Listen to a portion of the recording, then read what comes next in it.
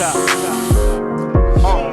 my wrists is frogs, all my women is boss. With my wrist with the fog. A lot of people been talking about that beat-out versus the Saga. Like I hear that a lot because, you know, the Saga represents the Christianity, the religion, and, you know, beat-out, he represents, you know, the comedic science and all that. Yeah. Could we ever see something like that? Because that would be dope too. That's kind of, you know, as time will tell, you know, progresses, we can definitely possibly see that down the road. It's something I would entertain. I mean, you know, beat-out is on the rise right now. He's doing his thing, and you know, he's making an argument for him to stand in the front of a lot of people. So, you know, it's just going to take some time. You know, of course, you know, URL has a system that we go through where the majority of the people go through the proving grounds. It's, you know, people look at it as, oh, like that's a downgrade.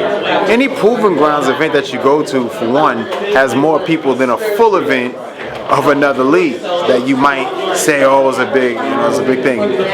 Number two, the views on proving ground battles are the same as an average battle on another so-called big league. You know what I'm saying? Yeah. So when people say or talk down about it, about the presentation or what it is, it's like I don't understand it. And then when you look back, after the first generation of URL MCs, which was like A-Verb, Hitman, Big T, DNA, Charlie Clips, everybody else that was like, I wouldn't say the whole second generation, but like the next wave went through the proving grounds. From Chilla, B Magic, John.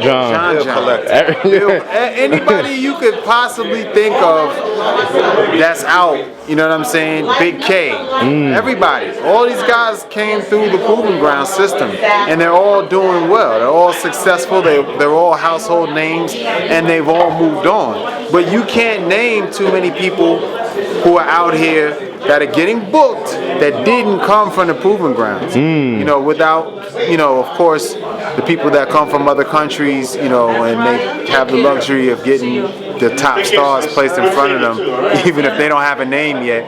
But I mean, aside from that, you know what I'm saying?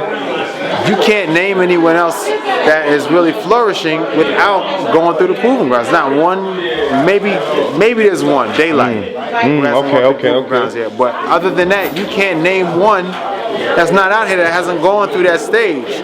So, you know, when people, you know, talk down about it, or they say, oh, it's a step back or whatever, you have to realize what you're saying, and you have to realize that the majority of the people didn't skip the steps. And when you go through that way, not to say that anyone is going to skip the steps, or not to say that there may be an exception to the rule, I don't know. It's really about what the fans are accustomed to seeing, and us trying to remain consistent with what we established. Let one go from Born Legacy 2. Okay. You know what I mean? That was Cortez and Chilla.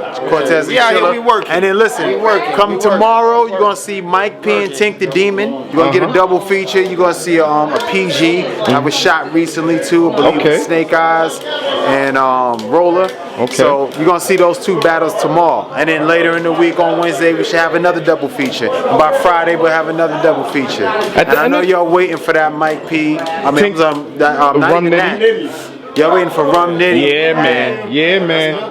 That'll be out later this week. That's like a classic. I mean, in the building, it was a classic. I don't know how it look on cam, Let's see what the but in the say. building, it was a classic. Yeah, we're gonna drop that, you know what I'm saying? That's coming real soon. Even Tay-Rock said he want to give him a chance now. Like, he said he respect him enough after seeing that. Yeah, You're gonna smack? Yeah, you know, the gunner, you know, the lieutenant said, you know what I mean, you know, whatever, but I want to see it though. I want to see it.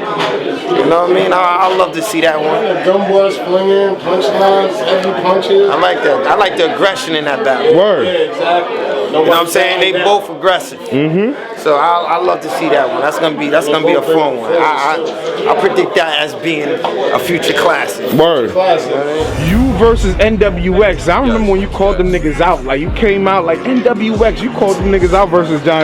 You know what I mean?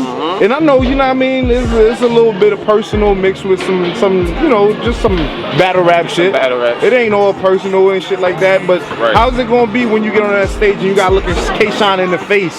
And you know what I'm saying, with all the shit. Fucking real, like, it's gonna be fucking real. That nigga really gonna have to face me that night. It ain't gonna be no funny shit. That nigga's really gonna have to stand in front of me and deliver that shit. And he better not touch him. That's all I know. Don't touch me. Period.